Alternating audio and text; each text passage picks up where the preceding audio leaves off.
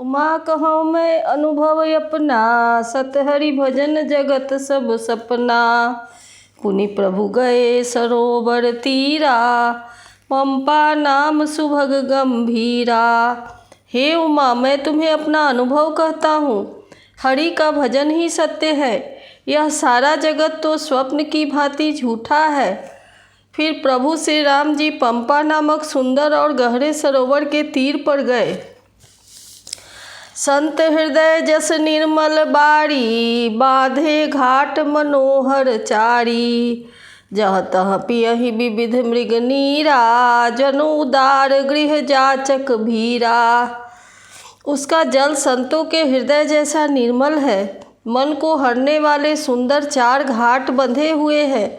भांति भांति के पशु जहाँ तहाँ जल पी रहे हैं, मानो उदार दानी पुरुषों के घर याचकों की भीड़ लगी हो। पुरई निसघन ओट जला, बेग न पाइए मर्म। माया छन्न न देखिए, जैसे निर्गुण ब्रह्म। घनी पुरैनु कमल के पत्तों की आड़ में जल का जल्दी पता ही नहीं मिलता। जैसे माया के ढके रहने के कारण निर्गुण ब्रह्म नहीं दिखता।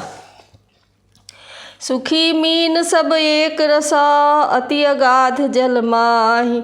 जथा धर्मशीलन के दिन सुख संजुत जाहि। उस सरोवर के अत्यंत अथाह जल में सब मछलियाँ सदा एक रस सुखी रहती हैं। जैसे धर्मशील पुरुषों के सब दिन सुखपूर्वक बीतते हैं। बिकसे सरसिज नाना रंगा, मधुर मुखर गुंजत बहु भृंगा।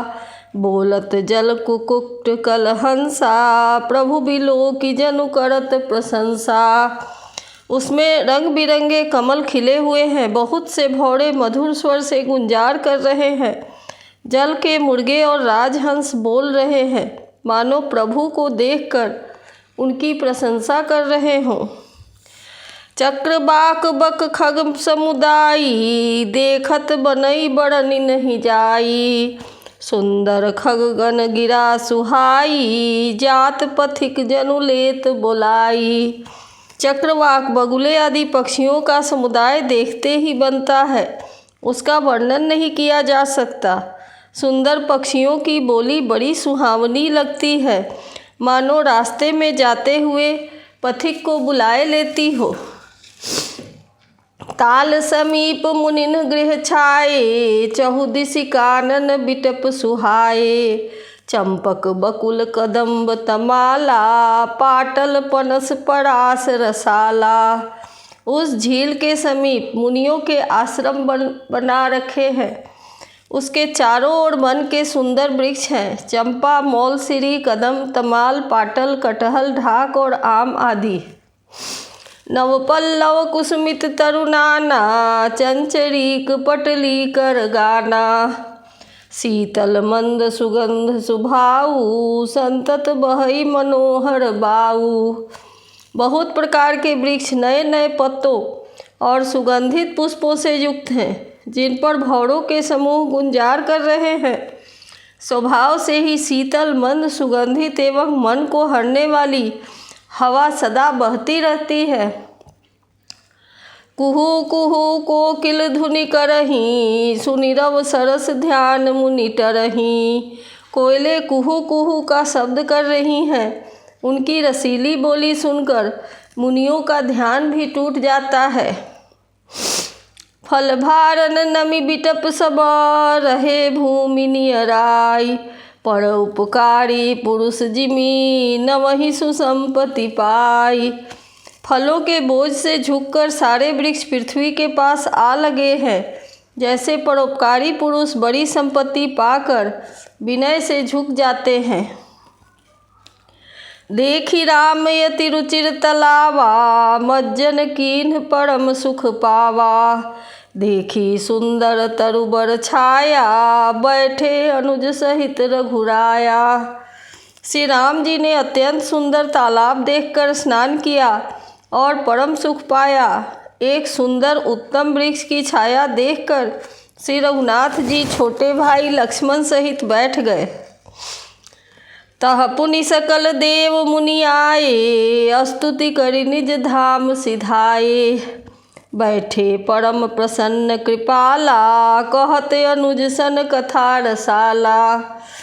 फिर वहाँ सब देवता और मुनि आए और स्तुति करके अपने अपने धाम को चले गए। कृपालु श्री राम जी परम प्रसन्न बैठे हुए छोटे भाई लक्ष्मण जी से रसीली कथाएं कह रहे हैं।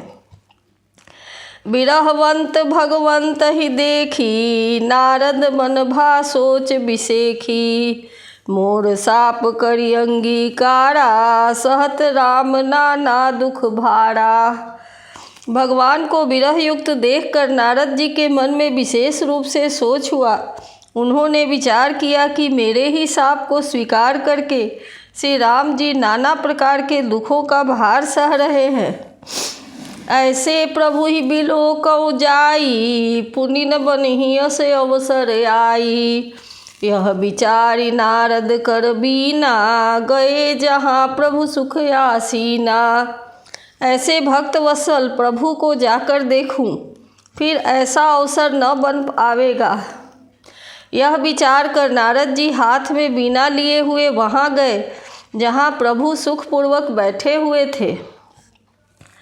गावत रामचरित मृदुबानी, प्रेम सहित बहुभांति बखानी। करत दंडवत लिए उठाई, राखे बहु बार उड़लाई। वे कोमल बानी से प्रेम के साथ बहुत प्रकार से बखान बखान कर श्री रामचरित का गान करते हुए चले आ रहे थे।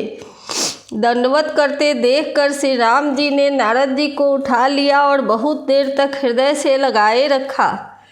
स्वागत पूछ निकट बैठारे, लक्ष्मण सादर बचरन पखारे। फिर स्वागत कुशल पूछकर पास बैठा लिया। लक्ष्मण जी ने आदर के साथ उनके चरण धोए।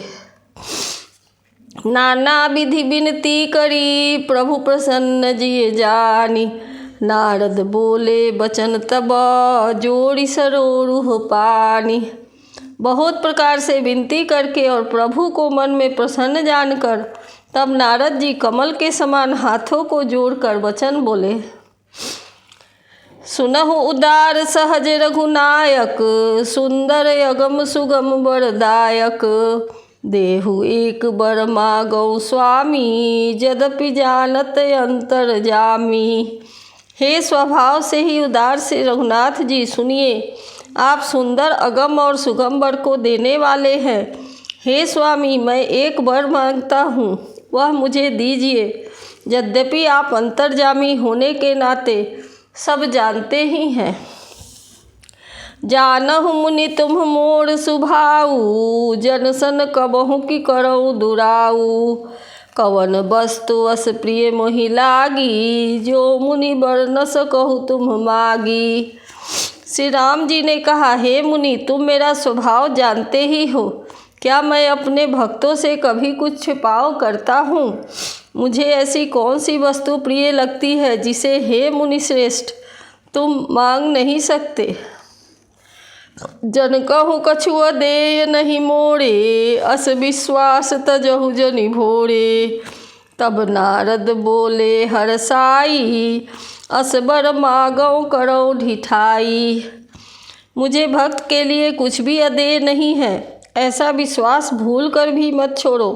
तब नारद जी हर्षित होकर बोले, मैं ऐसा वर मांगता हूँ, यह धृष्टता करता हूँ। यद्यपि प्रभु के नाम अनेका, श्रुति कह अधिक एक ते एका। राम सकल नामन से अधिका, हो नाथ यज्ञ खग गण बधिका। यद्यपि प्रभु के अनेकों नाम हैं और वेद कहते हैं कि वे सब एक से एक बढ़कर हैं, तो भी हे नाथ, राम नाम सब नामों से बढ़कर हो और पाप रूपी पक्षियों के समूह के लिए यह वधिक के समान हो। राका रजनी भगति तव, राम नाम सोई सोम। अपर नाम उड़गन विमल, बसहु भगत उड़ व्योम। आपकी भक्ति पूर्णिमा की रात्रि है, उसमें राम नाम यही पूर्ण चंद्रमा होकर और अन्य सब नाम तारागण होकर भक्तों के हृदय रूपी निर्मल आकाश में निवास करें।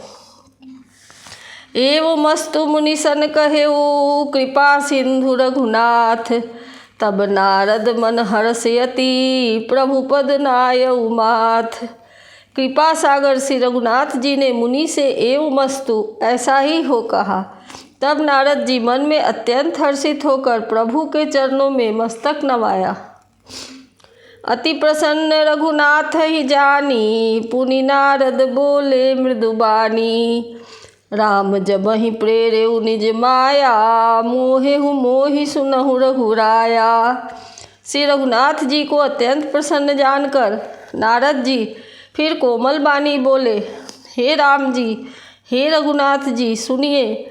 जब आपने अपनी माया को प्रेरित करके मुझे मोहित किया था, तब विवाह मैं चाहूँ कीन्हा। प्रभु के ही कारण करे न दीन्हा। सुनु मुनि तो ही कहेउ सहरोसा भजहि जे मोहित तजि सकल भरोसा। तब मैं विवाह करना चाहता था, हे प्रभु, आपने मुझे किस कारण विवाह नहीं करने दिया।